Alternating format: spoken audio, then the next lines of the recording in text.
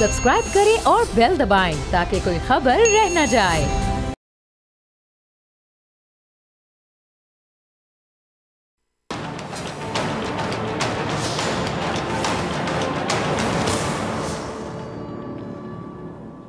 अस्सलाम वालेकुम नाज़रीन, मैं हूं डॉक्टर फ़िज़ा अकबर खान और मैं हूं पाकिस्तान और आप देख रहे हैं पाकिस्तान के सबसे बड़े न्यूज़ चैनल का नंबर 1 प्रोग्राम ऐसे नहीं चलेगा। नाज़रीन, गलत फहमी, बदगुमानी, दूरियां फैलाने का सबब बनती है। जिस शख्स के दिल में किसी फ़र्द के लिए ये जो चीज़ है ना गलत फहमी, ये पैदा होने लगे तो गलत फहमी पालने वाले शख्स को पता है क्या चाहिए कि वो मुतल्लिका बंदे से साफ साफ अपने दिल की बात कर दे और गलत फहमी को मौके पर ही दूर कर ले। और जिससे शिकवा या गिला किया जा रहा है उसको भी चाहिए कि वो अगले की जो बात है बड़े हौसले से, तहम्मुल से सुने को कहना क्या चाहता है। और अगर ये मरला दोनों फरीकैन के दरमियान आसानी से तय हो जाए तो फिर गलत फहमी तो पैदा होगी ही नहीं। लेकिन गलत फहमी दूर करने के लिए एक चीज़ जो बहुत ज़रूरी है वो ये कि दोनों फरीकैन एक दूसरे से बात करें, एक दूसरे को सब्र से सुने, बर्दाश्त करें, तभी ये जो बदगुमानी है ना इससे बचा जा सकता है और यकीनन बचा जा सकता है। वरना जो गलत फहमी है ना ये तो हर सूरत जन्म लेकर ही रहेगी और जब गलत फहमी होगी तो फासले बढ़ेंगे, नफ़रतें पैदा होंगी। अच्छा, जो नफ्सियात है ना उसमें कैथारसिस को बड़ी अहमियत हासिल है। जो साइकोलॉजिस्ट है ना अपने क्लाइंट को क्या कहते हैं, कैथारसिस, और पेशेंट को कहते हैं जो कैथारसिस है उसके ज़रिए आपकी परेशानी से हम छुटकारा दिलाने की कोशिश करेंगे। अब कैथारसिस का मतलब जो जहनी तनाव है और दिल का बोझ हल्का करना, और ये बोझ किसी भी तरह हल्का किया जा सकता है अगर आप कैथारसिस करें। ये बोझ किसी भी तरह का हो सकता है। नफ्सियाती एतबार से जब इंसान पर ये जो जहनी दबाव होता है या फिर दिल पर कोई भारी बोझ होता है और अगर उस बोझ को हल्का ना कर पाए वो इंसान, तो ऐसे में क्या होगा, एग्रेशन बढ़ेगा, इंसान को गुस्सा आएगा, उसकी तबीयत में चिड़चिड़ापन आएगा और इंसान दूसरे शख्स से लड़ने पर आ जाएगा, बात बात पे गुस्सा करेगा। अच्छा, अगर तसादुम से बचना है तो फिर मुज़ाकरात करने होंगे, क्योंकि मुज़ाकरात जो होते हैं वो कैथारसिस का ही समझ लें कि एक बेहतरीन ज़रिया होते हैं। यानी जो आपके दिल में है, जो आपके अंदर है, आप बाहर लेकर आएँ, बताएं, बात करें, डिस्कस करें ताकि चीज़ हल की तरफ जाए, सोल्यूशन की तरफ जाए। अच्छा, मुज़ाकरात आप कह लें कि एक हथियार है, बल्कि वाहिद हथियार है जिससे ज़ोर ज़बरदस्ती किए बगैर अगले के दिल को कन्विंस किया जा सकता है, कन्विंसिंग पावर से जीता जा सकता है। अच्छा, मुज़ाकरात से ही ना बड़ी बड़ी जंगों का खात्मा हुआ है और अफ़गानिस्तान में होने वाली जंग का खात्मा भी बिल आखिर मुज़ाकरात के ज़रिए ही मुमकिन हुआ। पाकिस्तानी सियासत में जितने भी धरने हुए, मुज़ाहरे हुए, उसके लिए मुज़ाकरात हुए, जिसमें कुछ मुज़ाकरात कामयाब हुए, कुछ नाकाम हुए। लेकिन जो भी हो, किसी भी अफरा तफरी से बचने के लिए जो टेबल टॉक है ना, मेरे ख्याल से वही एक मौसर ज़रिया होता है। और मुज़ाकरात में आप एक दूसरे के गिले सुनते हैं, एक दूसरे के शिकवे सुनते हैं, तहम्मुल के साथ सुनते हैं, कुछ आप किसी की मानते हैं, कुछ आप मनवा लेते हैं और जिन मसाइल का कोई हल नहीं निकलता उस पर बाहमी तौर पे कहते हैं कि समझौता करते हैं और आगे बढ़ते हैं। अब यूँ अगर कहा जाए कि मुज़ाकरात डेडलॉक को ख़त्म करता है तो गलत नहीं होगा। अच्छा, आपको याद होगा शहबाज शरीफ साहब ने भी ग्रैंड डायलॉग की बात की थी, लेकिन वो अलग बात है कि जो उनकी बात थी ग्रैंड डायलॉग वाली उसको किसी और ही पर्सपेक्टिव में देखा गया। कहने का मकसद सिर्फ इतना है कि मुज़ाकरात सियासी एतबार से, मुआशरती एतबार से, हर एतबार से बहुत अहम होते हैं। अच्छा, मुल्क में इस वक्त ये जो कलअदम तंजीम अपने मुतालिबात हुकूमत से मनवाना चाहती है, हुकूमत और कलअदम तंजीम में डेड लॉक बरकरार है। अब हुकूमत कलअदम तंजीम को बार बार मुज़ाकरात की दावत दे रही है, लेकिन कलअदम तंजीम के कारकुन हुकूमत पर एतबार करने को तैयार नहीं है, जबकि हुकूमत ये मौक़िफ़ देती है कि कानून हाथ में लेने वालों के साथ किसी किस्म की कोई रियायत नहीं बरती जाएगी। और इस हवाले से आज कौमी सलामती कमेटी का एक अहम इजलास हुआ, उसमें हुकूमत ने दो टोक मौक़िफ़ अपनाया और क्या कहा कि जी किसी को कानून हाथ में लेने की इजाज़त नहीं होगी, हो ही नहीं सकती। अच्छा, कौमी सलामती कमेटी के इजलास में ये जो कलअदम तंजीम के साथ मुज़ाकरात के दरवाजे बंद ना करने का भी फ़ैसला किया गया और वफाकी वज़ीर दाखिला ने जो मौजूदा सिचुएशन है, सूरत हाल है, उस पर कौमी सलामती कमेटी को एतमाद में भी लिया है। और ये जो सलामती कमेटी है इसके जो अहम इजलास है इसमें वफाकी वज़रा और ये जो मुसल्लह अफवाज के सरबराहान हैं उन्होंने भी शिरकत की। अब ज़राए क्या बताते हैं कि जी कौमी सलामती कमेटी को कलअदम तंजीम के एहतजाज से मुतालिक रिपोर्ट पेश की गई और इजलास में मुजाहिरीन से निमटने की हिकमत अमली पर गौर किया गया और कौमी सलामती कमेटी इजलास को मौजूदा सूरत हाल पर ब्रीफिंग दी गई। बताया यह गया कि पुलिस पर सीधी फायरिंग की गई, फायरिंग से कुछ पुलिस एहलकार शहीद, कुछ ज़ख्मी हुए अच्छा नाज़रीन, कौमी सलामती के इस अहम इजलास की जो अंदरूनी कहानी है ना, वो भी सामने आई है। मैं आपके साथ शेयर कर लेती हूँ। ज़राए ये बताते हैं कि इजलास में प्राइम मिनिस्टर इमरान खान साहब ने मौक़िफ़ अपनाया है कि कलअदम तंजीम के सरबराह को नहीं छोड़ा जा सकता। फ्रांसीसी सफ़ीर की बेदखली से मुतालिक भी कोई बात नहीं हो सकती। अच्छा, ज़राए के मुताबिक अस्करी क़यादत भी इन मामलात पर सियासी क़यादत के साथ एक पेज पर है और कौमी सलामती कमेटी के इजलास में अस्करी क़यादत ने मौक़िफ़ ये अपनाया है कि कलअदम तंजीम को आगे बढ़ने की इजाज़त नहीं दी जा सकती। कलअदम तंजीम मुल्क में अफरा तफरी पैदा कर रही है और ख़बरों के मुताबिक इजलास में पुलिस और रेंजर्स पर हमला करने वालों के खिलाफ रेंजर्स को हथियार इस्तेमाल करने की इजाज़त देने का भी फैसला किया गया है और अस्करी क़यादत ने कहा है कि जी, पुलिस पर हमला करने वालों को हवाले किए जाने तक बात नहीं हो सकती है। अच्छा नाज़रीन, कलअदम तंजीम के एहतजाज के जो बैकग्राउंड की अगर मैं बात करूँ तो कलअदम तंजीम ने 12 रबीउल अव्वल के रोज़ से अपने एहतजाज का जो दायरा वसी किया था और इब्तदाई तौर पर कलअदम तंजीम ने मुल्तान और लाहौर में धरने दिए थे और उसके बाद इस्लामाबाद की तरफ मार्च का ऐलान किया था, जबकि हुकूमत ने मुजाहिरीन को इस्लामाबाद पहुँचने से रोकने के लिए जो अहम सड़कें वो बंद की थी। फिर मुजाहिरीन ने गुज़श्ता कई रोज़ से GT रोड पर धरना दिया हुआ है, जिसकी वजह से ट्रांसपोर्ट सर्विस मअतल है। रावलपिंडी में जो सिक्योरिटी के इंतजामात हैं बहुत ज़्यादा सख्त किए गए हैं। इस्लामाबाद और रावलपिंडी को मिलाने वाली जो मरकज़ी शाहराहें हैं वो सील कर दी गई हैं। सदर से फैज़ाबाद मेट्रो सर्विस मअतल है। मुतबादिल रास्तों पर शदीद ट्रैफिक जाम हो गया है, जिसकी वजह से यकीनी तौर पर शहरियों को मुश्किलात का सामना करना पड़ रहा है। और सबसे ज़्यादा अफसोसनाक बात ये, जो मरीज़ हैं वो हॉस्पिटल नहीं पहुँच पा रहे, मरीज़ जाना बड़ा मुश्किल हो गया है।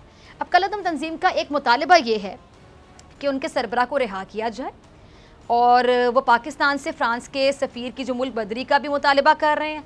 हालांकि जो वफाकी वज़ीर दाखिला हैं वो ये वाज़े कह चुके हैं कि पाकिस्तान में फ़्रांस का जो सफ़ीर है वो मौजूद ही नहीं है और जो फ्रांसीसी सफारत खाना है वो बंद नहीं कर सकते हैं। अच्छा, शेख रशीद साहब का क्लिप होगा, टीम ज़रा चलाइएगा। जी, सुना आपने शेख रशीद साहब का। हुकूमत एक तरफ कलअदम तंजीम के मुजाहिरीन से मुज़ाकरात के दरवाजे खुले रखने की बात करती है और दूसरी जानिब सिविल और अस्करी क़यादत ने आज इजलास में सख्त मौक़िफ़ अपनाया है और जो मुतालिबात मुजाहिरीन ने किए, हुकूमत का उनको मानने का कोई इरादा नहीं है, क्योंकि इजलास में ये बात वाज़े कर दी गई है कि कलअदम तंजीम के सरबराह को किसी सूरत रिहा नहीं किया जाएगा, जबकि मुजाहिरीन का फ्रांसीसी सफ़ीर को बेदखल करने के मुतालबे पर भी किसी किस्म की कोई बात नहीं होगी। अच्छा, शेख रशीद साहब फरमाते हैं कि जी, उन्होंने इजलास में मुज़ाकरात की रिपोर्ट पेश की और उन्होंने पंजाब में पुलिस को रेंजर्स के मातहत कर दिया। अमन व मान को हर सूरत बरकरार रखा जाएगा, हमने जो दस्तखत किए थे उन पर कायम है और मुजाहिरीन ने वादा किया था कि वो GT रोड खोल देंगे, लेकिन ये वादा अब तक पूरा नहीं हुआ है और इस मामले पर वज़ीर-ए-आज़म कल या परसों कौम से खिताब भी करेंगे और वज़ीर-ए-आज़म का खिताब भी पूरी हुकूमत का बयानिया होगा। और उन शेख साहब ने यह भी बताया कि जी, उनकी कलअदम तंजीम के सरबराह से बातचीत हो रही है। अच्छा, कलअदम तंजीम के मुजाहिरीन का फ्रांसीसी सफ़ीर की पाकिस्तान से बेदखल करने का जो मुतालिबा है ना, उस पर शेख साहब ने कहा है कि फ्रांसीसी सफ़ीर हालात से घबरा कर पाकिस्तान से ऑलरेडी चला गया है, लेकिन मुजाहिरीन का मौक़िफ़ ये है कि हुकूमत इस मामले पर हमें झूठी तसल्लियाँ दे रही है। हालांकि मुजाहिरीन ये चाहते हैं कि हुकूमत एक ऐलान करे, क्लियर बात हो, ये ऐलान करे कि हुकूमत फ्रांसीसी सफ़ीर को पाकिस्तान से बाज़ाब्ता तौर पर बेदखल कर रही है, लेकिन हुकूमत कोई बात सुनने को तैयार नहीं है। और फवाद चौधरी तो कलअदम तंजीम को कह रहे हैं कि अगर लचक दिखाओगे तो हुकूमत लचक दिखाएगी और अगर अनारकी और इंतशार फैलाओगे तो रियासत हरकत में आएगी। क्लिप चलाएगा ज़रा फवाद चौधरी का। सुना आपने चौधरी साहब को। एक तरफ शेख रशीद साहब ख्वाहिशें कर रहे हैं कि हुकूमत और मुजाहिरीन में मुज़ाकरात खुश असलूबी से तय पाए जाए, लेकिन साथ हुकूमत वज़रा ये भी कह रहे हैं कि किसी को भी इख्तियार नहीं है कि वो रियासती रिच को चैलेंज करे। यानी अगर देखा जाए तो इस वक्त रियासती बका का मसला तो है ही, लेकिन इसके साथ साथ हुकूमत के लिए एक बहुत बड़ा कड़ा इम्तिहान है कि वो सारे मामले को हैंडल कैसे करती है और कैसे हुकूमत अपने रिच को कायम करने की कोशिश करती है। अच्छा, कल हुकूमती वज़ीरों का कहना ये था कि जब तक मुजाहिरीन अपने उन लोगों को कानून के हवाले नहीं कर देते जिन्होंने पुलिस एहलकारों को शहीद और ज़ख्मी किया था, तब तक उनसे कोई बात हो ही नहीं सकती। अब हुकूमती वज़रा का ऐसा कहना, बात तो ये समझ आती है, शायद इस बात की दलील है कि हुकूमत हर सूरत अपनी साख को बरकरार रखना चाहती है, बरकरार रखेगी। अगर हुकूमत कहीं किसी मौके पर कोई कहने के लूज़ शॉट खेलती है तो हुकूमत तनकीद की जद में आ सकती है। और अब शायद यही वजह है कि फवाद चौधरी मुजाहिरीन को वाज़े बड़ा क्लियर और दो टोक पैगाम देते हुए कह रहे हैं कि जत्थे रियासत के आगे नहीं खड़े हो सकते और ना ही हम ये बर्दाश्त करेंगे कि वो अपनी हद को पार करें। हम क्यों चाहेंगे कि सड़कों पर खून बहाया जाए?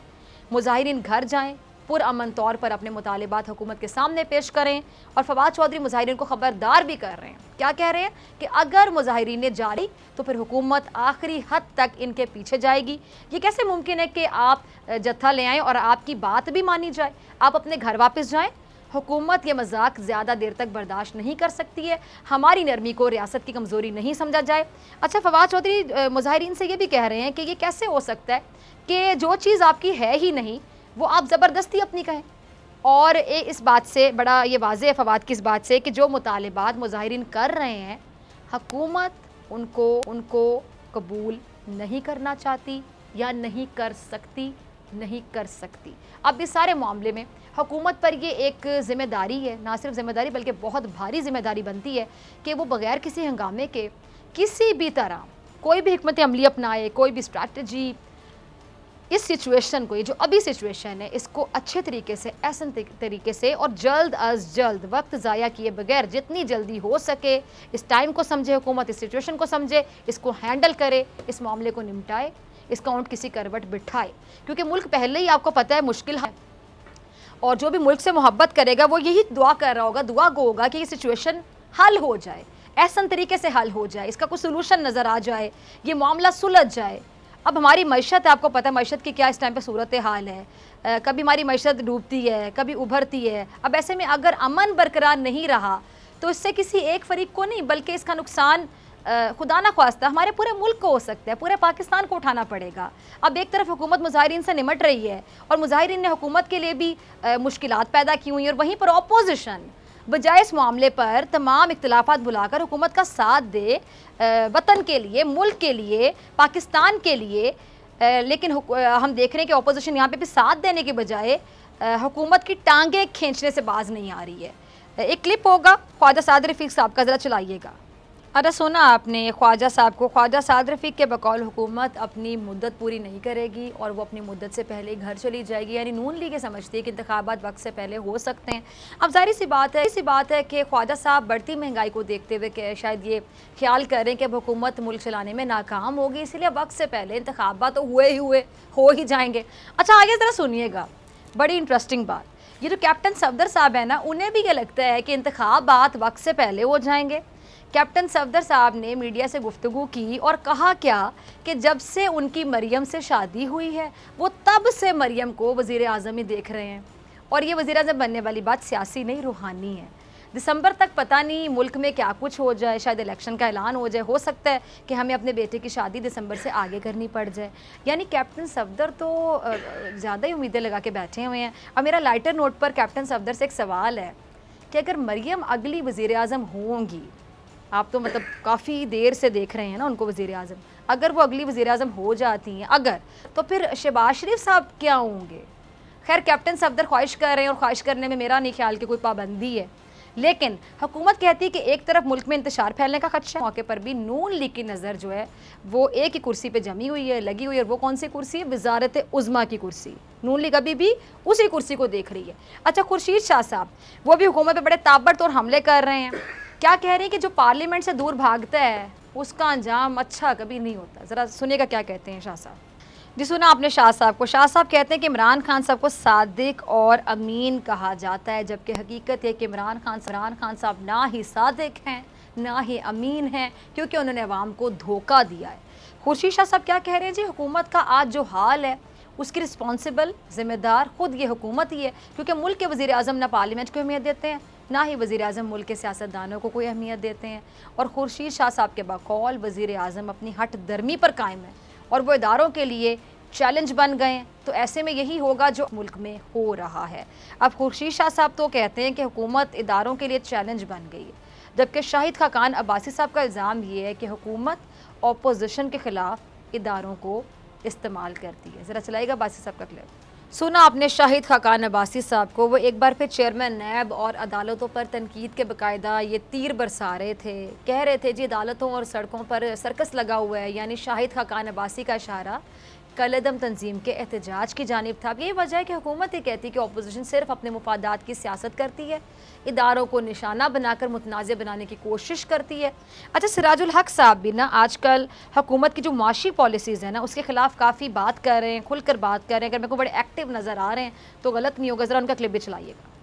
जी सुना आपने सिराजुल हक साहब को, कहते हैं कि पिछली हुकूमतों की जो पॉलिसीज़ थी ना, तहरीक इंसाफ की हुकूमत की भी वही पॉलिसी है और तहरीक इंसाफ की हुकूमत ने अवाम के लिए मुश्किलात खड़ी कर दी। अब अगर देखा जाए नाजरीन तो हुकूमत को महंगाई और मुजाहिरीन के एहतजाज की मुश्किलात का सामना बहरहाल है और अब हुकूमत और मुजाहिरीन के दरमियान जो मामलात हैं मेरे ख्याल से जल्द अज जल्द वक्त ज़ाया किए बगैर तय हो जाने चाहिए, वरना अगर मामलात मज़ीद बिगड़ गए, ये सिचुएशन मज़ीद बिगड़ गई, अमन ख़राब हो गया तो ऐसे तो नहीं चलेगा। मिलते हैं ब्रेक के बाद।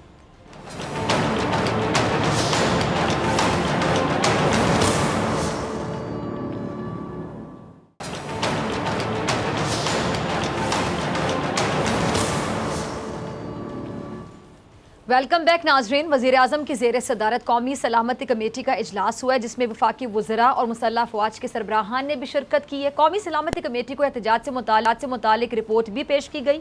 अच्छा, इजलास में मुजाहिरीन से निमटने की जो स्ट्रैटेजी है उस पर गौर किया गया और एलामिया के मुताबिक कलदम तंजीम की वजह से दुनिया भर में पाकिस्तान का मनफी तासुर गया है और कलदम तंजीम ने माजी में मुतअद्दिद बार पुरतशद्दुद रास्ता अपनाया है। कलदम तंजीम ने सरकारी और निजी इमलाक को नुकसान पहुँचाया, अहलकारों पर तशद्दुद किया। तहम्मुल और बर्दाश्त को हरगज़ कमज़ोरी ना समझा जाए। कलदम तंजीम का जो रवैया है वो काबिल कबूल नहीं है। रियासत पुरअमन एहतजाज के हक़ को तस्लीम करती है। रियासत आइन और कानून के दायरा कार में रहकर मुज़ाकरात करेगी। गैर आइनी और बिला जवाज़ मुतालिबात तस्लीम नहीं किए जाएंगे। वज़ीर दाखिला शेख रशीद साहब ने प्रेस कॉन्फ्रेंस करते हुए कहा है कि जी मुज़ाकरात के दरवाजे बंद नहीं किए गए, लेकिन रियासत के रिच को हर हाल में कायम किया जाएगा। ख्वाहिश है कि मामलात खुश असलूबी से हल हो जाएं। हुकूमत ने लोगों के जानो माल के तहफ़्फ़ुज़ बनाना है। इस सब पे बात करने के लिए मेरे साथ मौजूद हैं मौजूद मेहमान lieutenant general retired Naeem Khalid Lodhi साहब। बहुत शुक्रिया जनरल साहब ज्वाइन करने के लिए। और बोल न्यूज़ के सीनियर एंकर पर्सन और तजियाकार उसामा गाजी, आपका भी बहुत शुक्रिया वक्त देने के लिए। पहले मैं जनरल साहब आपकी तरफ आना चाहूँगी, फिर उसामा आपकी तरफ आती हूँ। जनरल साहब, हुकूमत और मुजाहिरीन में अब तक मुज़ाकरात जो हैं वो कामयाब नहीं हो पाए हैं। ये ऊँट किसी करबट अभी तक बैठता दिखाई नहीं दे रहा। अभी जो पूरी सूरत हाल है इस वक्त जबकि पाकिस्तान मुआशी बदहाली का भी शिकार है और खित्ते की जो सिक्योरिटी सूरत हाल है वो भी आपके सामने कि किस तरह तब्दील हो रही है, तो क्या हुकूमत इस मामले को आपको लगता है कि सही मायनों में डील भी कर रही है या फिर नहीं, और वक्त कितना इंपॉर्टेंट है कि कितनी जल्दी इसको डील कर लेना चाहिए? पूरी तौर पे इसलिए करना चाहिए कि ये तकरीबन एक कौमी अलमिया बन चुका है और इसीलिए मेरी राय ये है कि सबसे पहले तो पॉलिटिकल कंसेंसस पैदा किया जाए। फौरी तौर पे ऑल पार्टीज कॉन्फ्रेंस बुला के सारे सरबराहों को बताएं कि जी ये जो कह रहे हैं ना कि जी इनके पीछे कौन लोग हैं और फंडिंग किधर से आ रही है और कौन सा सोशल मीडिया कहाँ से ये निकल रहा है, वो सारी चीज़ें उनके सामने रखें। एक चीज़। सेकंड, बहुत इंपॉर्टेंट, रिलीजियस कंसेंसस कि आप तमाम उलमा को जमा करें, उनको उनके सामने भी ये सबूत रखें और उनसे ये ऐलान करवाएं कि इस किस्म के जो मामलात हैं वो ये गैर इस्लामी हैं, ताकि ये जो लबादा ओढ़ा हुआ है ना पूरे मामले ने रिलीजन का, उसको अनफोल्ड किया, उसको ऊपर से उतारा जाए उस पट्टी को, ताकि नीचे से असल हकायक जो है वो सामने आए। और दूसरी बात ये कि तीसरी छोटी सी बात है, हुकूमत किसी एक अपने स्पोक्स पर्सन को मेहरबानी करके मुकर्रर कर लें कि जिन्होंने इस सिलसिले में बोलना है, सेंसिटिव मामला है, तो ऐसे हर कोई जी। मेरा अपना ख्याल ये है कि ये अगर कोई ये समझता है कि एक लाइन लगा दी जाए, उससे आगे जो भी है उसको गोलियां मार दी जाए या तोपों से रोका जाए, तो ये तो ना होने का, ना ऐसे करना चाहिए। कुछ लोग इसको तहरीके तालिबान पाकिस्तान के साथ मिलाते हैं, वो पता नहीं किस सोच के मालिक है। वो एक ऑर्गेनाइज्ड दुश्मन की पाली हुई तंजीम थी, हर एक के हाथ में मशीन गन और रॉकेट्स और वो सारी चीज़ें थी। ये तो ठीक है, डंडे इनके पास भी नहीं होने चाहिए। तो करना ये चाहिए, सबसे पहले तो लीडरशिप को तो उठाना चाहिए और वो जो शहीद हुए हैं पुलिस वाले, उनके ऊपर टेररिज्म के मुकदमे बनाने चाहिए, क्योंकि वो रिस्पॉन्सिबल है जो कुछ अभी तक हुआ है, जो इमलाक को नुकसान पहुंचा, सब कुछ है। जो मिसगाइडेड लोग हैं, जो किसी और उसमें आए हुए हैं, इस्लाम के नाम पर आए हुए हैं, उनको समझाने की ज़रूरत है। जो अंदर शामिल हो गए दुश्मन के एजेंट, उनको तलाश करें, उनको निकालें, जैसे ट्वीज़र से निकालते हैं किसी गंद को। और आखिर में जो भी हथियार उठाए और नजर आ जाए हथियार बंद या फायरिंग की कोशिश करे, उसको मौके पे गोली मार देनी चाहिए। तो ये काफी सारे इकदाम है जो मिलजुल कर करने के हैं। ये टोटल इस पूरे मैस को फिजिकली जो लेकिन है। जनरल साहब, ये जो आप आखिरी बात कर रहे हैं, ये तो बड़ी मुश्किल नहीं हो जाएगी? अगर ऐसा होता है तो बड़ा ये सूरत हाल आपके सामने मजीद नहीं बिगड़ जाएगी? जी देखें, मैं बात कर रहा हूँ कि जो हथियार उठाए और फायरिंग करे, बिल्कुल हक बनता है इसका स्टेट का कि उनको उसी वक्त जो है ना वो ख़त्म करें। बाकी और ये किसी टेलीस्कोप के जरिए किसी तरीके से करना पड़ेगा, किसी और को गोली ना लगे, और बाकी लोगों पर गोलियां नहीं चलानी चाहिए। उनको आप वाटर कैनन से या किसी भी तरीके से मुंतशिर करें। तो ये कुछ इकदाम हैं, ये सारे जब तक मिला के आप एट ए टाइम नहीं लेंगे, इनकी लॉजिस्टिक बंद करें, इनकी फंडिंग बंद करें, ये सारा कुछ करना पड़ेगा। और इसको ऐसे ना डील किया जाए कि ये एक कोई लोहे का टुकड़ा है जिसको हथौड़ा मार के तोड़ना है, ये बड़ी गलती होगी। जी ठीक है जी। अच्छा जनरल साहब, आपको सुना, उसामा आपने भी सुना जनरल साहब को। उसामा, आप कैसे देख रहे हैं? जनरल साहब बातें तो बिल्कुल ठीक कर रहे हैं, लेकिन ये करना कितना मुश्किल होता है किसी भी हुकूमत के लिए? मतलब जिस तरह वो कह रहे हैं कि जो फायर करे, जिसके पास हथियार हो, उसको उसी टाइप पे गोली मार दी जाए, ये इतना आसान हो सकता है? हुकूमत के लिए देखें आसान तो फिर कोई काम नहीं होगा अगर आपने जब इस तरह की सूरत हाल से निपटना है तो हुकूमत होती इसलिए है। मुश्किल फैसले फिर लेने पड़ते हैं, मुश्किलात इस तरह से आती हैं। पहले जब हुकूमत ने जो भी मुज़ाकरात किए हर दफ़ा और उसके बाद लिख कर किए, देखिए कन्फ्यूजन किस तरह से नजर आ रही है। शेख रशीद साहब कुछ कहते हैं, फवाद चौधरी साहब कोई और बात करते हैं, आपस में एक पेज पर नहीं है, चीज़ कंफ्यूज कर रही है ना। और इससे फिर क्या पैगाम जाता है? इससे पैगाम जाता है कि जी यकसुई हुकूमत के पास भी नहीं है, हुकूमत बिल्कुल क्लियर ही नहीं है इस तरह से किस तरह से डील करना है। फिर दूसरी तरफ से आता है जी मुआहिदा इन्होंने तोड़ा, तो फिर क्या किया जाए, किस तरह से आगे बढ़ा जाए? एक चीज तो बड़ी वाज़ेह है, जिस तरह कराची की मिसाल दी जाती थी कि जी पीपल्स पार्टी की गवर्नमेंट जो है अमन अमान कायम नहीं कर सकी और रेंजर्स को वहां पर लाना पड़ा, इतने अरसे से रेंजर्स वहां पर है, तो अब ये काम पंजाब में भी हो गया। तो पुलिस को तो आप ऐसा नहीं ट्रेन कर सके या पुलिस को आप इस तरह से इस्तेमाल नहीं कर सके कि वो इन हालात को कंट्रोल कर सकती। आपकी जो मशीनरी थी वो तो फेल हो गई इसमें, ये तो वाज़ेह है। अब रेंजर्स को इख्तियारात दे दिए गए, पैरामिलिट्री फोर्स है। अब हमारे जो ब्यूरो चीफ हैं उन्हीं की ये खबर है, बोल न्यूज़ की ये खबर है कि इंशाल्लाह बड़ी उम्मीद है कि आज एक फाइनल राउंड होने जा रहा है मुज़ाकरात का। ठीक है। और जिस तरह से हर दफ़ा मैं तो कहूँगा हर गवर्नमेंट को ही हमारी जो अस्करी क़यादत है या हमारी अस्करी फोर्सेस हैं उन्होंने बड़ी अच्छी तरह सपोर्ट किया है मुश्किल मामलात में, हर तरह के, मुल्क के अंदर हो, मुल्क की सरहदों पर हो। तो एक दफ़ा फिर मुझे लगता है कि ये बर वक्त बुलाया गया था इजलास नेशनल सिक्योरिटी कमेटी का, और उसमें कुछ चीज़ें लगता है कि समझाई गई हैं, कुछ समझ आई हैं। तो ये जो आज मुज़ाकरात का दौर होने जा रहा है ये बड़ा फैसला कुन होगा, और इसमें कुछ अहम लोग हैं जिन्होंने अब चीज़ों को लेने, यानी उम्मीद की जा सकती है कि ये जो ऊंट है किसी घर पर बैठता दिखाई देगा, ये बड़ा फैसला कुन होगा इंशाल्लाह। जी 90% की उम्मीद है कि कोई गोली नहीं चलेगी, कोई इस तरह का मसला नहीं होगा, और जहाँ तक रेंजर्स मौजूद है शायद वहाँ जाकर ये लोग रुक जाएं और फिर मुज़ाकरात में बहुत अच्छी खबर की उम्मीद है। ठीक है जनरल साहब, आपकी तरफ आना चाहूँगी। अगर तो ऐसा हो जाता है जैसा कि उसामा गाजी साहब कह रहे हैं तो ये बड़ा बेहतर हो जाएगा, बेहतरीन हो जाएगा। इससे बेहतर क्या हो? जनरल साहब, ये जो हुकूमती वज़रा के वाकई अलग अलग बयानात हैं, आपने भी जिक्र किया, उसामा गाजी ने भी किया, जैसे कि फैसल वाडा साहब ने कहा था माजी का मुआहिदा जो वज़ीर-ए-आज़म से पूछ कर नहीं किया गया था। शेख रशीद साहब ने फवाद चौधरी की जानिब से मुजाहिरीन से जो दहशत गर्दों की तरह निमटने का बयान है उस पर मुख्तलिफ सा जवाब दिया है। तो हम कह सकते हैं कि जो काबीना आपस में एक पेज पर नहीं है, तो वाज़ेह सी बात है कि नहीं है, तभी वज़रा के डिफरेंट बयानात आ रहे। और आपने भी कहा कि एक बंदा मुकर्रर करे जो बात करे, सोच समझ के करे। तो ये चीज कितनी कंफ्यूजन फैला रही है? इसका मतलब हम समझते थे गवर्नमेंट बहुत ज्यादा कंफ्यूज है, प्रेशर में, ये क्या वजह है? बुखलाहट का शिकार है, जिस तरह के बयान ही नहीं मिल रहे एक दूसरे से। ये तो खैर बहुत ज़रूरी है, इस पर मजीद लंबी बात करने की जरूरत नहीं है कि एक स्पोक्समैन मुकर्रर करें। मेरा ख्याल है या वो इंटीरियर मिनिस्टर हो सकते हैं या चौधरी फवाद चौधरी साहब हो सकते हैं। इन दोनों में से एक कोई बात करे, दूसरे को बात करने की जरूरत है, और ये अपनी तरफ से बात ना करें। ये हमेशा काबीना के फैसलों को जो ना आगे लेकर जाएं। एक चीज मैं जिक्र करना चाहूंगा, देखिए ये कहना आसान है कि रिट ऑफ द गवर्नमेंट को एस्टेब्लिश किया जाए, और इसमें कोई बात दूसरी राय है भी नहीं, लेकिन ये ऐसे नहीं होता। ये writ of the government over long time इसके इम्प्रेशन होता है, तब जाके कायम होती है। यहाँ तो जब चाहे 10 लोग अगर एक चारपाई के ऊपर लाश रख के मिसाल के तौर पर अगर वो कहें ये डॉक्टर की कोताही से हमारा मरीज फौत हो गया, उसको रख देंगे सड़क के ऊपर और 4-5-6 घंटे के लिए सड़क बंद कर देंगे। इसी तरीके से और कितने जराइम हमारे सामने होते हैं, और वो सब कुछ। इसकी वजह क्या है?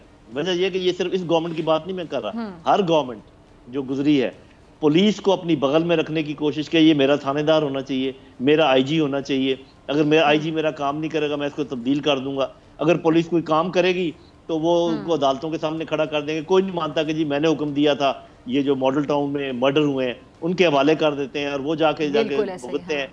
तो आप ऐसे मामले में आप देखें फिर क्या मोराल होगा उनका, और कैसा फिर ये कहना कि जी पुलिस को रेंजर्स के अंडर कर दिया, हालांकि अंडर नहीं बात होती, मिलके काम करना होता है, हैंड ओवर की जाती है सिचुएशन जो है। तो ये जब तक आप अपनी पुलिस, प्रोसिक्यूशन और अदालती कार्रवाइयाँ, ये क्या बात है कि 5 मरले का केस है तो सुप्रीम कोर्ट तक जाएगा, एक बंदे ने कत्ल किया तो सुप्रीम कोर्ट तक जाएगा और वो इतने में लोग फौत हो जाएंगे। ऐसे अदालतें होती हैं, ऐसे प्रोसिक्यूशन होती है, ऐसी पॉलिसी होती है। तो ये रिट ऑफ द गवर्नमेंट एक दिन का काम नहीं। बहरहाल ये चूंकि इमीडिएट मामला है, इसका कुछ ना कुछ हल निकालना पड़ेगा, और सिर्फ अगर मुज़ाकरात से ये हल होने का इम्कान अगर है भी तो जरूर बड़ी अच्छी बात है, लेकिन इसको मंतकी अंजाम तक पहुंचाना बहुत जरूरी। मुज़ाकरात के बाद भी ये नहीं हो सकता कि मुज़ाकरात में आप माफ़ कर दें ये शहादतें, या मुज़ाकरात में आप माफ़ कर दें जो कि लोगों की अमलाक को नुकसान पहुंचा है। लीडरशिप को ज़रूर पकड़ा जाए और उनको सामने लाया जाए, और मैं तो कहता हूं कि ये स्पेशल अदालतें बनाई जाएं जिसमें उनको ला के उनके ऊपर मुकदमे चलाए जाएं। और दूसरा ये कि ये जो लोग इनके अंदर दूसरे आके छुपे हुए हैं, दुश्मन के एजेंट, उनको तो नीस्तो नाबूद करना बहुत ज़रूरी है। तो बेशक बातचीत से मसला एक दफ़ा हल कर दें, लेकिन आखिर तक पहुंचाएं। ये हर दूसरे दिन जो है ना ये काम दोबारा शुरू हो जाए, ये नहीं, ये अफोर्ड नहीं हो सकता। ठीक है, ठीक है। अच्छा उसामा, ये जो जनरल साहब बात कर रहे हैं कि मामले को आखिर तक पहुंचाना चाहिए ताकि हर दूसरे दिन इस तरह की सिचुएशन ना हो, हम नहीं अफोर्ड कर सकते, तो उसामा इसमें जब मामला मुज़ाकरा की तरफ जाते हैं, मुज़ाकरा तभी किए जाते हैं ना जब आप हमारी बात सुने, हम आपकी बात मानेंगे, तो फिर मुआहदे किए जाते हैं, वो रिटन फॉर्म में हो, वर्बल फॉर्म में हो, कह दिया जाए, तो फिर वो बाद में जब पूरे नहीं होते, अभी भी मसाइल आपके सामने दी, कहा गया ये नहीं पूरा किया गया, वो कहा गया वो नहीं पूरा किया गया, तो इसकी क्या फिर गारंटी होगी कि कल को जब वो पूरे नहीं किए जाते, अगर नहीं किए जाते इन दैट केस, तो फिर ये मामला दोबारा सड़कों तक आएंगे, फिर मजीद एग्रेशन बढ़ेगा, गुस्सा बढ़ेगा, गमो गुस्सा बढ़ेगा। इसीलिए हुकूमत को एक दफ़ा सोच समझ के वंस एंड फॉर ऑल ये सोच लेना चाहिए कि इस तरह के मामलात में डील किस तरह से करना है। जब आप कहेंगे जी साद रिजवी साहब को रिहा कर देंगे, हाँ। फिर जी अदालत से होगा, मतलब वही कहा जाए जो फिर उस पर अमल भी हो और फिर प्रॉपर तरीका बताया जाए कि कैसे होगा। और अदालत का अब भी कहा जा रहा है कि जी वो तो अदालती मामला है, जब अदालत कह देगी रिहाई का तो गवर्नमेंट जो है फिर उसके खिलाफ जाएगी कि अदालत तो कह दिया लेकिन हम नहीं इसको मान रहे, फिर अपील में जाएंगे, तो वही बात कि जो आपने लिख कर दिया था। तो अब जो भी बात हो, एक तो ये कि ये सारा मामला जिस तरह से होता है अभी, तो इसको फौरी तौर पर डिफ्यूज करने की जरूरत है कि जिस तरह भी, और उसके बाद ये नहीं कि अब ये हो गया है, मुआहदा हो गया बस अब खत्म, उसके बाद मुसलसल एंगेजमेंट रहे। और जिस तरह से नहीं खालिद लोधी साहब ने फरमाया कि एक दफ़ा ये मामला तय होना चाहिए कि अगर कभी खुदा न खास, देखिए ये मामला इश्क रसूल का, और कोई मुसलमान हो ही नहीं सकता कि नबी करीम सल्लल्लाहु अलैहि वसल्लम से मोहब्बत ना रखे, कोई भी बर्दाश्त नहीं कर सकता। अब इसमें रद्द-ए-अमल किस तरह से देना है, हाँ। बात यह है कि अगर कहीं कोई शख्स, कोई मलून शख्स दुनिया में बैठकर ऐसी कोई जसारत करने की कोशिश करता है तो उसमें हमने रद्द-ए-अमल किस तरह का देना है, हमारा पूरी कौम का क्या होगा। ये तो नहीं है कि हमने खुद ही एक दूसरे को मारकर और खत्म हो जाना है यहीं पर, वो तो और खुश होंगे, कहेंगे ये काम करो, आपस में लड़ रहे हैं, वो कहेंगे यही काम करते रहो, इनको तबाह करने का बड़ा आसान तरीका है। स्मार्टली हमने उनको जवाब देना है कि जवाब भी मिल जाए उनको, तो ये तय हो जाना चाहिए तमाम हमारा मुल्क का नुकसान ना हो, तमाम उलमा कराम को साथ बिठाकर, तमाम मकतबा फ़िक्र को, उसमें तमाम जो इदारे हैं सब इन्वॉल्व हों, और उसके बाद ये तय हो कि आइंदा खुदा न खास्ता ऐसा, देखिए ये तो अज़ल से अब तक नेकी और बदी की जंग रहनी है, तो ये तय हो कि फिर रियासत ने, मुल्क ने, हुकूमत ने रिएक्ट किस तरह करना है, हमारा रद्द-ए-अमल क्या क्या होगा, तो वो चीजें तय हो जाएं, सब उस पर एग्री हों, ताकि आइंदा फिर कभी इस तरह की सिचुएशन ना बने। अच्छा जनरल साहब, उसामा गाजी ने बड़ा अहम पॉइंट रेस किया कि अब इसको जारी बात है हल करना है, हम अपने मुल्क का नुकसान तो नहीं करेंगे। वो लोग तो खुश हो रहे होंगे कि चलिए ये तो आपस में लड़ रहे हैं, इनका अपना नुकसान हो रहा है, यहाँ पे लोग मर रहे हैं, तो जनरल साहब ये आपको क्या लगता है कि हुकूमत के अलावा और किस किस का किरदार हो सकता है इस गुत्थी को सुलझाने के लिए, इस मामले को सुलझाने के लिए, कि दोबारा ये मामला दोबारा सर न उठाए, जिसमें उलमा कराम का, किसी और का भी किरदार हो सकता है आपके मुताबिक? जी बिल्कुल, मेरा ख्याल है कि सबसे बड़ा किरदार तो पॉलिटिकल पार्टीज का है, उसके बाद फिर उलमा कराम का है, मीडिया का है, सोसाइटी का है, क्योंकि देखें ये जो लोग इकट्ठे हुए हैं ये कोई सब के सब खुदा ना खास्ता कोई टेररिस्ट नहीं है और ना ही एक्सट्रीमिस्ट है सब। इनमें बहुत सारे लोग ऐसे हैं जो हुजूर सल्लल्लाहु अलैहि वसल्लम की मोहब्बत में सरशार निकले हुए हैं एक उनके कहने के ऊपर। तो उनका एक बयानिया है, उस बयानियों को आपको काटना होगा, बताना पड़ेगा नौजवानों को कि बच्चों आपको मिसगाइड किया जा रहा है। हुजूर सल्लल्लाहु अलैहि वसल्लम ने कभी नहीं कहा था कि रास्ते बंद किए जाएं और कभी नहीं कहा था कि चलती गाड़ियों पर डंडे बरसा के उनके शीशे तोड़े जाएं या लोगों के अमलाक को नुकसान पहुंचाया जाए। तरीका होता है एक एहतजाज करने का जिसका हक आपको हासिल है। वो इसलिए है कि इनके अंदर ही ऐसे लोग हैं जो वाकई काम को खराब करना चाहते हैं। तो डीप इंटेलिजेंस के जरिए आप अलग करें गेहूं को और घुन को, और ताकि एक की वजह से दूसरा ना पिस जाए। और बड़ा ये एक सेंसिटिव मामला है, इसको तरीके से आपको हैंडल करना पड़ेगा। तो जो मैंने बातें कही है ना कि इनकी फंडिंग देखें, इनकी लॉजिस्टिक सपोर्ट देखें, इनकी मीडिया सपोर्ट देखें, इनकी पॉलिटिकल सपोर्ट तो खैर खुशकिस्मती है कि मेरा किसी बड़ी जमात ने इनकी ऐसे सपोर्ट का ऐलान नहीं किया है। उसके अलावा इनके अंदर जो लोग दाखिल हो गए हैं, चाहे वो बैरूनी नासर हैं या ऐसे शरारती नासर हैं, उनको बाकियों से अलग किया जाए, उनके साथ बहुत सख्ती से निपटा जाए, जितनी सख्ती हो सकती है। लेकिन बाकियों को, हर एक को जो है ना एक ही डंडे से हाँका गया अगर, तो ये काउंटर प्रोडक्टिव होगा। ठीक है। अच्छा उसामा, मैं आपकी तरफ आऊँगी, लास्ट कमेंट ही होगा क्योंकि पर टाइम की कमी है। तो उसामा, ये जिस तरह फंडिंग का मामला उन्होंने जिक्र किया जनरल साहब ने, या उन्होंने कहा कि इनमें से जो शर पसंद नासिर या इस तरह के लोग हैं जो शर फैलाना चाह रहे हैं, उनको देखा जाए, डीप इंटेलिजेंस की ज़रूरत है कि देखा जाए कि कौन है। ये मामला कितना डिफ़िकल्ट होगा, कितना मुश्किल होगा कि कैसे पता चले। दूसरी बात है कि जब भी कोई बात सामने आती है तो फिर बहुत से लोग ऐसे होते हैं जो नहीं मानते हैं, जो कि अब जैसे एक सहाफ़ी है, आपकी एक राय होगी, मेरी राय होगी, तमाम सहाफ़ियों की एक राय होगी, तो लोग सहाफ़ी के पीछे चढ़ दौड़ते हैं कि तुमने ये राय दी, तुम गलत कह रहे हो, फलां ने राय दी, फलां कर।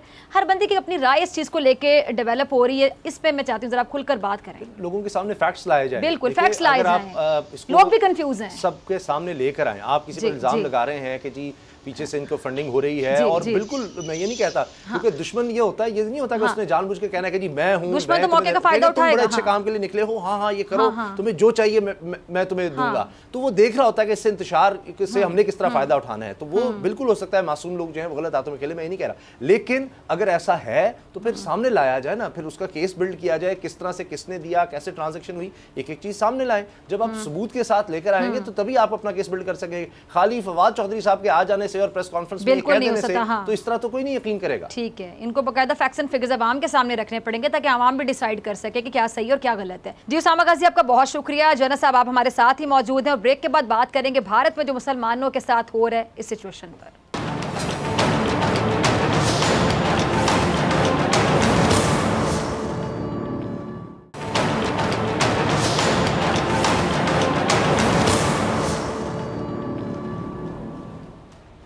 वेलकम बैक नाज़रीन। भारत में मुसलमानों के खिलाफ एक बार फिर हम देख रहे हैं जी, सुन रहे हैं, खबरें आ रही कि पुरतशद्दुद वाक़यात का सिलसिला शुरू हो चुका है। भारतीय रियासत त्रिपुरा में मुसलमानों के खिलाफ पुरतशद्दुद वाक़यात में मसाजिद शहीद कर दी गई हैं। रियासत में 21 मुख्तलिफ वाक़यात में मुसलमानों को निशाना बनाया गया और 15 मसाजिद में तोड़ फोड़ की गई है। इन तमाम वाक़यात में अभी तक कोई गिरफ्तारी अमल में नहीं आई है। अच्छा, T20 वर्ल्ड कप मैच में पाकिस्तानों के हाथों जो पाकिस्तान ने भारत की दुर्गत बनाई है और पाकिस्तान के हाथों भारत की शिकस्त के बाद खासतौर पर हम देख रहे हैं कि जो मुसलमानों पर गुस्सा निकालने का सिलसिला है वो भारत में जारी है। पुरतशद्दुद वाक़यात की सूरत में इसमें बहुत ज़्यादा इजाफा हुआ है। जनरल नईम खालिद लोधी साहब मेरे साथ मौजूद है। जनरल साहब आपकी तरफ आना चाहूँगी। जनरल साहब, ये जो हिंदू इंतहा पसंद हैं उन्होंने मुसलमानों के साथ इस मैच में हार के बाद हमने देखा है, हम सुन रहे हैं के वाक़यात, इस तरह की चीज़ें सामने आ रही हैं कि पुरतशद्दुद वाक़यात का सिलसिला ज़्यादा जोर पकड़ गया है। तो ये किस किस्म के लोग हैं जो खेल को भी नहीं समझते, इनमें स्पोर्ट्समैनशिप स्पिरिट भी नहीं होती, इनको ये नहीं पता कि हार का गुस्सा इस तरह नहीं निकाला जाता। किस किस्म की नफ्सियात हैं इन लोगों की? मैं समझता हूँ कि जो उनकी असल नफ्सियात है इंतहा पसंद हिंदुओं की, वो सामने आ गई है। उन्होंने मोहर सब्त कर दी है टू नेशन थ्योरी के ऊपर। उन्होंने मोहर सब्त कर दी है कि मकबूजा कश्मीर को लाजमी आज़ादी चाहिए होगी, क्योंकि इन हालात में वो नहीं जी सकते। बल्कि मैं तो यहाँ तक कहूँगा कि भारत के अंदर एक अलग मुसलमान ममलकत के क़याम की बुनियाद डाल दी गई है। आप ये मेरी बात नोट कर लीजिएगा, क्योंकि जब इस किस्म की रवैया हो रियासत का भी और वहाँ के इंतहा पसंद अक्सरियत का भी, तो फिर कोई आपके पास और ऑप्शन नहीं होती सिवाय इसके कि आप अपने अलग मुल्क की डिमांड करें। पाकिस्तान को चाहिए और 1947 आप देख रहे हैं, आगे 1947 मजीद होंगे अगले कुछ आने वाले सालों। बिल्कुल, ये क्योंकि ये इस किस्म की दरार है जो पूरी हो नहीं सकती। देखें, कुछ एक तो होते हैं ना छोटे मोटे झगड़े, जिसमें ये है कि आपने मुझे बुरा भला कहा, मैंने आपको कहा, तो कुछ देर के बाद माफी तलाफी होगी। ये जब आप एक दूसरे के मजहब के ऊपर हमला करते हैं और कत्ल करते हैं लोगों को और खून बहाते हैं और एक मजहब को बुनियाद बनाकर आप दूसरे मजहब के लोगों पे चढ़ दौड़ते हैं, तो फिर तो सिख भी सही कह रहे हैं कि अपना खालिस्तान मांग रहे हैं, और मुसलमान भी अगर कोई अपना जो भी वो नाम देते हैं पाकिस्तान, दूसरा पाकिस्तान या मगरबी पाकिस्तान या वो जो भी है, क्योंकि वो हमारे मशरक की तरफ है तो मशरकी पाकिस्तान हो सकता है। लेकिन ये कि इसकी बुनियाद उन्होंने खुद डाल दी है। लेकिन एक बात और है मेरी बहन, वो ये है कि पाकिस्तान जब तक कमज़ोर रहेगा उस वक्त तक ये ज़्यादा इनके हौसले बढ़ेंगे वहाँ के मुसलमानों को दबाने में। पाकिस्तान को चाहिए कि जल्द से जल्द अपनी अंदरूनी कमजोरियों को दूर करे और ये हक अदा करे कि जब वहाँ पर मुसलमानों के ऊपर इस किस्म का जुल्म सितम हो तो आवाज़ उठाए, बाकायदा उनको ललकारे कि ये काम आप मत करें और हम आपको नहीं करने देंगे। जब तक ये इस हालत को नहीं पहुँचता ये हमारा मामला, उस वक्त तक वो ये काम करते रहेंगे। और जो मुसलमान हैं बेचारे वहाँ के भारत के, वो हमारी ही तरफ देखते हैं, वो हमारे जीतने पे क्यों खुश होते हैं, इसलिए कि वो हमें देखना चाहते हैं सक्सेसफुल, वो हमें देखना चाहते हैं ऊपर। तो अगर उनके जज्बात हमारे लिए ये हैं और हम बिल्कुल न्यूट्रल बन के, एक तमाशाई बन के देखते रहें, तो ये मेरे ख्याल किसी तरीके से भी मुनासिब नहीं है। अच्छा जैसे वहाँ के जो सिख हैं, वहाँ के जो मुसलमान हैं जो बाकायदा सफ़र कर रहे हैं, उनको मुत्तहिद होकर ये जुल्म के खिलाफ आवाज़ उठाने के लिए मज़ीद क्या करना होगा, वो ऐसा क्या कर सकते हैं? जी उनको चाहिए अपने आप को ऑर्गेनाइज करें, अपने आप को पोलिटिकली ऑर्गेनाइज करें और इमीडिएट ज़्यादा गुस्सा ना दिलाएं, किसी अच्छे तरीके से उसको करें और बैरूनी मुल्क के साथ वो राब्ते कायम करें, अक़वाम मुत्तहिदा तक अपनी आवाज़ पहुँचाएँ, यूरोपियन यूनियन तक अपनी आवाज़ पहुँचाएँ, अमरीका तक अपनी आवाज़ पहुँचाएँ और पाकिस्तान जितनी मॉरल सपोर्ट उनकी कर सकता है, पॉलिटिकल सपोर्ट कर सकता है वो करे, क्योंकि भारत ने खुद ही अपने पाँव पर कुल्हाड़ी मारी है। वो खुद ही चाहता है कि ये लोग अलग हो जाए। वो कह रहे हैं कि आप यहाँ से चले जाएं, तो इसका मतलब ये कि वो खुद ही कह रहे हैं कि आप अपनी अलग ज़मीन ले लें। तो सिखों को भी चाहिए अपनी अलग ज़मीन लें, वहाँ के मुसलमानों को भी चाहिए, बल्कि जो रियासतें हैं उनकी ईस्टर्न रियासतें, वहाँ पर क्रिश्चियन हैं, वो भी अलग अपनी मांगते हैं जगह। तो ये अपनी तोड़ फोड़ के खुद जिम्मेदार हैं, लेकिन अब तमाम अक़लियतों को अपनी अपनी जगह चाहिए, इसमें कोई शक व शुबे की गुंजाइश नहीं है।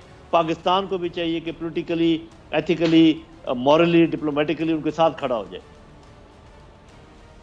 ठीक है। अच्छा जैसे लास्ट में मैं जानना चाहूँगी जैसे साहब, ये अमेरिका ने जो इंसानी बुनियादों पर अफगानिस्तान के लिए जी 14 करोड़ 40 लाख डॉलर की इमदाद फराम करने का ऐलान किया है और साथ ही ये भी वाज़ेह किया है कि जी माली इमदाद की जो रकम है वो तालिबान हुकूमत के ज़रिए नहीं बल्कि अक़वाम मुत्तहिदा के जो मुख्तलिफ इदारे हैं, इंसानी हमदर्दी के लिए जो काम करने वाली NGOs हैं, उनके ज़रिए तकसीम की जाएगी। अब आपको क्या लगता है कि जो तालिबान हुकूमत है उससे अमरीका के जो ताल्लुकात है वो बेहतरी की तरफ जा रहे हैं? बिल्कुल भी नहीं, क्योंकि अगर आप और तफसील पढ़ें इसी इमदाद की, उन्होंने ये भी कहा है कि जितने अफगान बाहर आके सेटल हुए हैं ये इमदाद उनको भी दी जाएगी। तो मेरा अपना ख्याल है ये ज़्यादातर इमदाद उन्हीं को दे दी जाएगी और अपनी NGOs को ये इसलिए इन्वॉल्व करते हैं ताकि सारे पैसे वापस आ जाएं या आधे पैसे कम से कम वापस आ जाए। पहले भी जो हम कहते हैं ना कि ट्रिलियंस ऑफ डॉलर उन्होंने खर्च किए अफगानिस्तान में, वो सारे के सारे यही NGOs खा गए और वापस पहुँच गए उन्हीं के तिजोरियों में, अमेरिकन तिजोरियों में। वो किसी भी सूरत में इस हुकूमत की कामयाबी के लिए कुछ भी नहीं करेंगे। तो ये जो दूसरी ग्रुप है जो ये ड्रामा रचाया जा रहा है, मतलब ये क्यों किया जा रहा है? अमेरिका की जानिब से किया क्यों जा रहा है? दुनिया को दिखाने के लिए? जी बिल्कुल, दुनिया को दिखाने के लिए, अपने अवाम को दिखाने के लिए, खुशनुदी हासिल करने के लिए। जो मुल्क यहाँ पर चाहते हैं अमन, उनमें चीन है, रूस है, पाकिस्तान है, ईरान है, तुर्की है, सेंट्रल एशियन कंट्रीज है, और कंट्रीज हो सकते हैं साउथ अमेरिका के, अफ्रीकन। इनको चाहिए कि इकट्ठे हों और ये गुच्चा ना खाएं बार बार अमरीकियों के हाथों। वो तो आपको हमेशा किसी न किसी फंदे में डाल देते हैं। तो इस चीज़ का हमें एहसास करना चाहिए, हमारी लीडरशिप को समझना चाहिए। ये नामुमकिन है कि अमेरिकन जो इस्टेब्लिशमेंट है उनका दिल तब्दील हो जाए। हाँ, वो शक्ल तब्दील करके आ सकते हैं, पाकिस्तान में भी आ सकते हैं NGOs को लेकर, जी हम यहाँ पर इन्वेस्टमेंट के लिए आए हैं और ये करने आए हैं, वो करने आए हैं, इधर से आपको डॉलर दिलवा दिए, कहीं से आपको रिलीफ दिलवा दी। बुनियादी तौर पर उनके वही अहदाफ हैं जो पहले थे। ठीक है जनाब साहब, बहुत शुक्रिया आपके वक्त के लिए। इसी के साथ डॉक्टर फ़िज़ा लीजिए इजाज़त, आपसे मुलाकात होगी इंशाल्लाह पीर के रोज़ सेम टाइम सेम चैनल। अगर ज़िंदगी ने वफ़ा की दुआ में याद रखिएगा, अपना बहुत ख्याल रखिएगा। अल्लाह ने के बाद